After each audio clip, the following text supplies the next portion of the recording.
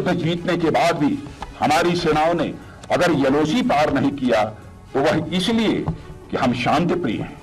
भारतीय मूल्यों के प्रति हमारा पूरा विश्वास है और अंतर्राष्ट्रीय कानूनों के प्रति हमारी प्रतिबद्धता है। उस समय अगर हमने एलओसी पार नहीं किया तो इसका मतलब यह नहीं था कि हम एलओसी नहीं पार कर सकते थे। हम एलओसी पार कर सकते थे और हम एलओसी पार कर सकते हैं और जरूरत पड़ी तो भविष्य में एलओसी हम पार करेंगे। और इसे फिर से दोहराना चाहूंगा कि हम एलओसी पार कर सकते थे, हम एलओसी पार कर सकते हैं यदि हमें छेड़ा गया और जरूरत पड़ी तो भविष्य में हम एलओसी पार करेंगे। इसका मैं देशवासियों को अपनी तरफ से विश्वास दिलाना चाहता हूं। कारगिल दिवस पर रक्षा मंत्री माननीय राजनाथ सिंह का एक बयान जो कि पाकिस्तान के लिए काफी दर्द बना हुआ है और जिसे लेकर पाकिस्तान काफी सदमे में भी आ गया है। जी हां दोस्तों, कारगिल के दिवस पर रक्षा मंत्री राजनाथ सिंह ने साफ साफ कह दिया है कि हम एलओसी ऐसा नहीं था कि पार नहीं कर सकते थे। जब हमने युद्ध किया था, जब हमारी लड़ाई हुई थी पाकिस्तान के समय में, तब भी हम पार कर सकते थे और अब भी जरूरत पड़ी तो हम पार कर सकते हैं एलओसी को, क्योंकि हमारा जो है नेचर ऐसा नहीं है कि हम पाकिस्तान या अंतर्राष्ट्रीय नियमों का उल्लंघन करें और जो है हम युद्ध के नियमों का उल्लंघन करके किसी दूसरे देश को कब्जे में करें। ये हमारे नेचर में नहीं है, भारतीयों के नेचर में नहीं है, इसलिए हमने एलओसी कभी नहीं पार किया था। लेकिन इस गलत फहमी में अगर पाकिस्तान है कि हम डर के कारण पाकिस्तान का एलओसी बॉर्डर पार करके पाकिस्तान में नहीं घुस सकते हैं, तो ये उनकी गलत फहमी है। अगर आज भी कभी चांस ऐसा पड़ा कि हमें पाकिस्तान में घुसना पड़े तो हम कतराएंगे नहीं, हम डरने वाले नहीं हैं, हम डरते नहीं हैं किसी भी चीज़ से। बस हम क्या है कि पूरे देश दुनिया का रिस्पेक्ट करते हैं और नियमों को तोड़ने का काम हम नहीं करते। सब बातों को लेकर पाकिस्तानी काफ़ी चिंता व्यक्त कर रहे हैं और भारत को उल्टा सीधा कहने में उनको कोई हिचक है नहीं, तो वो कहेंगे ही, जाहिर सी बात है, क्योंकि उनके पास कोई मसला अपने देश को निपटाने लायक तो है नहीं, तो वो अंतर्राष्ट्रीय स्तर पर अच्छे अच्छे भाषण देने में और अपने को बहुत मजबूत दिखाने के लिए अपनी आवाम को बेवकूफ़ बनाने का जो काम कर रहे हैं वो करते ही रहेंगे और ऐसा ही रहेगा उनके देश में। लेकिन सच्चाई उन्हें भी पता है कि भारत देश कभी भी उनको कुचल देने में सक्षम है। ऐसा नहीं है कि वो भारत देश उन्हें तबाह करने के लिए काफ़ी नहीं है, लेकिन वो जो है अपनी राजनीति बनाए रखने और आवाम को एक एक्शन हीरो समझने के लिए जो है बता रहे हैं। और इस तरह की तरह की प्रतिक्रियाएं वो हमेशा देते रहते हैं भारत के खिलाफ, लेकिन उनको अपना मसला पहले सुलझाना चाहिए, फिर अंतर्राष्ट्रीय स्तर पर अपने आप को साबित करने की एक कोशिश करनी चाहिए। तो राजनाथ सिंह साहब का एक ताज़ा स्टेटमेंट आया है, कारगिल के 24 ईयर्स हो गए हैं। उस हवाले से कोई तकरीब थी, यहाँ पे उन्होंने अपने जो फौजी जवान भी खिताब किया और यकीनन वो अपने जो उनके कंट्री के लोग हैं उनको भी मैसेज दे रहे होंगे और ऑफ कोर्स पाकिस्तान के लोगों को या फिर पाकिस्तान की हुकूमत और फौज को भी बता रहे होंगे कि यार मैं इधर हूँ। राजनाथ सिंह साहब के स्टेटमेंट को कि वो कहते हैं कि हम एलओसी को क्रॉस कर सकते हैं अगर हमें करना पड़ा, कैसा देख रहे हैं आप? एक तो ये प्राइम मिनिस्टर मोदी जो है ना, ये बड़ा कंट्रोल करके रखते हैं कि कौन बोलेगा, क्या बोलेगा और कब बोलेगा। तो ये बिना प्राइम मिनिस्टर की रजामंदी के इतना बड़ा स्टेटमेंट देना कि हम क्रॉस करेंगे और कर सकते हैं अपनी सुरक्षा के लिए, वो एक महत्वपूर्ण बयान है। लेकिन इसको अगर आप पूरा देखेंगे तो वो कंटेक्स्ट ये था कि 1999 में उन्होंने कहा कि हमने इसलिए नहीं क्रॉस किया क्योंकि हम न्यूक्लियर वेपन का भी चक्कर था और हम जो है वो सैंक्टिटी नहीं तोड़ना चाहते थे, इंटरनेशनल वॉर में नहीं कॉन्फ्लिक्ट को बढ़ाना चाहते थे। लेकिन वो बोले आज हम चाहेंगे तो हम इसको वो क्रॉस करेंगे। देखिए मोदी जी का, और जब तक मोदी जी की गवर्नमेंट रहेगी तो वो कश्मीर की पॉलिसी जो है वो थोड़ी सी अग्रेसिव रहेगी, क्योंकि इन लोगों का मतलब बीजेपी का और राष्ट्रवाद का ये बीजेपी कश्मीर कोर हिस्सा है, तो इसलिए उसकी सेंसिटिविटीज भी हमेशा रहेंगी। आपने देखिए आर्टिकल 370 को हटाया इन्होंने और उसके बाद वहां पे कश्मीर को तोड़ देना, ये दो ऐसी चीजें थी कि जम्मू एंड कश्मीर का स्टेटहुड ले लेना, उसको तोड़ देना, उसके बाद आर्टिकल 370 को हटा देना। ये तीन चीजें ऐसी थी कि हम लोग सोचते थे दिस इज नामुमकिन, मींस हमारी लाइफ में पाएंगे, इम्पॉसिबल है ये। But they did it despite the fact कि इनको अपर हाउस में मेजोरिटी नहीं थी, लेकिन ये बिल ही लेकर के अपर हाउस में आए जम्मू एंड कश्मीर को तोड़ने का। ये भी इनकी कॉन्फिडेंस का लेवल देखिए। तो और दूसरी चीज ये भी आप शायद जानते ही होंगे कि इंडिया की जो पार्लियामेंट है उसने एक रिजोल्यूशन पास किया है और उस रिजोल्यूशन में ये कहा गया है कि चूंकि जेएनके का पूरा मिलान हमारे साथ हुआ था इंस्ट्रूमेंट ऑफ एक्सेशन के अंदर में, तो हम आज नहीं तो कल वो जो जेएनके है वो हमारे पास मिलाएंगे।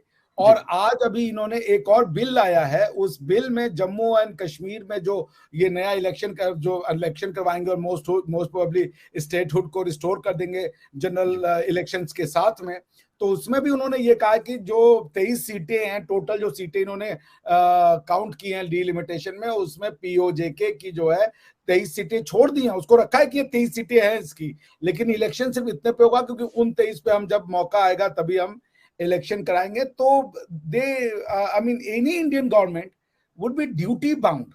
तो ये बड़ा लीगल कॉन्स्टिट्यूशनल इश्यूज है। तो अब ये, और आपके तरफ भी ऐसा ही कुछ होगा। बिल्कुल सही। कश्मीर एक ऐसा चीज है जो हम दोनों देशों के बीच में एक प्रॉब्लम भी है और परहैप्स उसी की वजह से हम जुड़े भी हुए हैं। लेकिन बीइंग एन इंडियन, देखिए ये बात जो सच है, जो मुझे लगता है, मेरी एनालिसिस से, हो सकता है मैं गलत हूं, मुझे लगता है कि भारत ने कोई भी जंग पाकिस्तान से नहीं लड़ी, जंग मुसल्लत हुई, ठीक है ना। तो ना हम शुरू में जंग किए और ना हम आज भी आगे जंग करने में इंटरेस्टेड है। लेकिन एक बात तो ये तय है कि जब इंस्ट्रूमेंट ऑफ एक्सेशन साइन हो गया, महाराजा हरि सिंह जी ने दे दिया, उसके बाद कबायली आए और ये सब हुआ, तो वो टेक्निकली और लीगली तो इंडिया का क्लेम बनता है, प्लस हिस्टोरिकली भी लीगल इंडिया का क्लेम बनता है। क्योंकि आप कोई भी, आप बाबरनामा पढ़ लें, आप हमारी किताबें पढ़ लें, राज तरंगीनी पढ़ लें, आप जो है ईस्ट इंडिया कंपनी के कॉरेस्पॉन्डेंस पढ़ लें जो वो भारत को डिफाइन करते थे, Kashmir was always a part. और आप हमारी डेफिनेशंस पढ़ लें जो हमारे हिस्टोरियंस ने, मतलब आज से 5,000 साल पहले लिखी है, Kashmir was always a part. अब पॉइंट यही है कि ये जो है फोर्स के थ्रू लिया जा सकता है, वो मैं आपसे सहमत हूं कि अगर वो आप जाते हैं तो फोर्स के थ्रू फायदा क्या है, एक और कश्मीर बन जाएगा कि वहां पे लोग फिर आपके घर में अटैक करेंगे और ये करेंगे। हालांकि बातचीत करके, मेरा ये मानना है कि आप बातचीत करें, उनसे बोलें कि भाई देखिए ये है, दोनों आइडेंटिटी साथ रह सकती हैं, तो फिर वो अगर मान जाए तो लीगली तो ये बिल्कुल इंडिया के हक में होगा कि पीओजे के मिक्स हो हमारे साथ। दौर अब जंगों का नहीं है मेरे ख्याल में। तो इस वक्त we are going through the geo economics period. लोग अब इकोनॉमीज, करेंसीज के जरिए एक दूसरे के साथ जंगें कर रहे हैं और आप उस जंग में, उसमें भी नीचे हैं। आप कभी फैटफ की मिन्नतें करते हैं और कभी आईएमएफ की मिन्नतें कर रहे हैं। जियो इकोनॉमिक्स में भी आप फेल हैं ओरिजिनली। कभी फिर आप कह देते हैं कि we are victim of geo economics from IMF in China. और खुदा के लिए अपना भी कुछ सोचो यार, कोई तुमने खाना पका, कोई उगाओ चीज वहां पे, कोई बनाओ चीज वहां पे, सिवाय फ्रॉड के और कुछ भी नहीं बना रहे हो वहां पे। बेवकूफी बना रखा है आपने 25 करोड़ लोगों को, उनको इंसान बनाने की कोशिश करो यार। मजाक है ना ये मेरे ख्याल में तो एंटरटेनमेंट है, यही एक वाहिद एंटरटेनमेंट है पाकिस्तान में। बाकी तो सारा डिप्रेशन है, क्योंकि बिजली के रेट भी बढ़ते जा रहे हैं और चावल और गंदम के रेट भी बढ़ेंगे, क्योंकि वो यूक्रेन की जो है ब्लैक सी ग्रेन डील वो भी बंद हो चुकी है। भारत ने राइस एक्सपोर्ट पे पाबंदी लगा दी है, रेट चावल के भी बढ़ जाएंगे, गंदम के भी बढ़ जाएंगे, बिजली भी महंगी हो रही है। तो एंटरटेन लोग अपने आप को किस तरह करेंगे? वो इस तरह ही करेंगे। खान साहब जो है वो रोजाना शाम को कोई ना कोई ऐसी स्टेटमेंट देते हैं, लौंडे लपाड़े अलग छलांगे लगाते हैं, नून लीग वाले अलग मिठाइयां खाते हैं। लेकिन खान साहब इस वक्त जो है देखा जाए तो बड़े अपसेट थे कि डार साहब का नाम क्यों आ रहा है। लेकिन एक जो बड़ा फनी चीज है, वो राजा रियाज साहब जो कि हमारे अपोजिशन लीडर हैं, वो भी तो बाबा कौम है, उन्होंने कहा है भाई अगर डार साहब से अच्छा तो मुझे बना दें PM. Chief sir, army chief तो कहते हैं हमें तरक्की से कोई रोक नहीं सकता, तो किस बात की तरक्की कर रहे हैं? या तो फिर कन्विंसिंग साथ आर्गुमेंट भी देना कि किस तरह रोक, आपको कौन रोक रहा है भाई? 76 साल से आपको किसी ने रोका है कि तरक्की करने से? आप अपने आप को खुद ही रोकते हैं तरक्की करने से। पाकिस्तान का मसला है, पाकिस्तानी है, दूसरा नहीं है कोई। ये जो हर हादसे के बाद आप कह देते हैं रा ने किया है, मुसाद ने किया है, सीआईए ने किया है, ये तो सिर्फ एक अखबारों के लिए होता है ना, वरना तो पाकिस्तान के साथ आप खुद ही सिंसियर नहीं है। पाकिस्तान को पहले पाकिस्तान तो बना के दें इनको। 1947 में तो आपने पाकिस्तान बनाया ही नहीं है, आपने बस एक ड्रामा सा रचाया, लूट मार बल्कि उसमें भी की। 47 में ज्यादातर लूट मार हुई है, लोगों के जेवरात पैसा छीना गया है, मारे गए लोग वैसे नफरतों में और लूट मार लोगों ने अपनी भूख खत्म करने की कोशिश की है। 1947 में भी ज्यादती। मैं हमेशा ये क्वेश्चन करता था अपने वालिद साहब से, अपने ग्रैंडफादर से, कि ये क्या हुआ था 1947। उन्होंने मुझे यही जवाब दिया। उन्होंने कहा जो गरीब लोग थे उन्होंने अमीरों को लूटने की कोशिश की है, और तो कुछ भी नहीं था इसमें।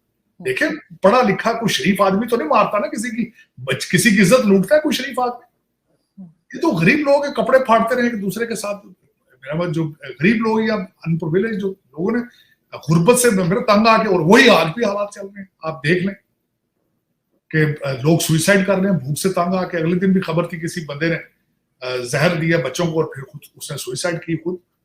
लेकिन ये कि इन सर्कमस्टांसेस में देखा जाए तो कुछ आपको इन सारे हालात में से कौन निकालेगा? कोई है ऐसा आपके पास ऐसा कोई मैकेनिज्म है, ऐसी कोई पर्सनैलिटी आपको नजर आ रही है जो निकाले इन सारे सर्कमस्टांसेस से?